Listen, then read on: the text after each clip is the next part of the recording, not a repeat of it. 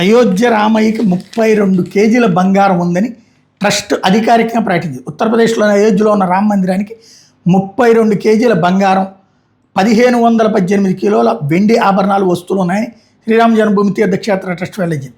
వీటితో పాటు 2926 ఇతర విలువైన వస్తువులు భద్రంగా ఉన్నాయని చెప్పింది.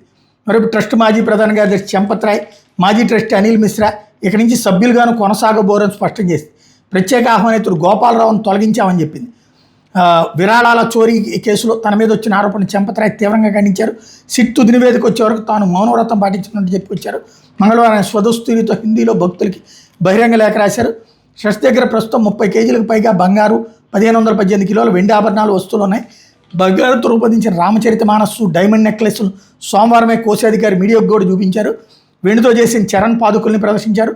2024 మార్చి 31 నాటికి రామ మందిరానికి 16 కేజీల బంగారు ఆభరణాలు అందినాయి.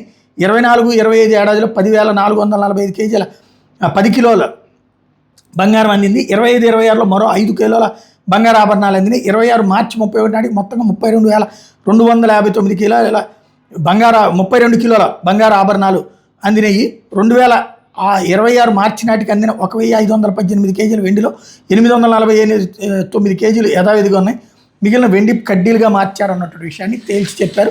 తద్వారా ఏదైతే గత కొన్ని రోజుల నుండి అంతకుముందు ఏవైతే విలువైనవని సోషల్ మీడియాలో ప్రచారంలోకి వచ్చినాయో వాటన్నిటిని అది మిస్ చేశారు, తినేశారంటూ కొంతమంది యాంటీ హిందుత్వ, యాంటీ జాతీయవాద, యాంటీ మోడీ, యాంటీ బీజేపీ శక్తులు ప్రొజెక్ట్ చేస్తున్నటువంటి వేళ వివరాలు చెప్పుకొచ్చింది ట్రస్ట్.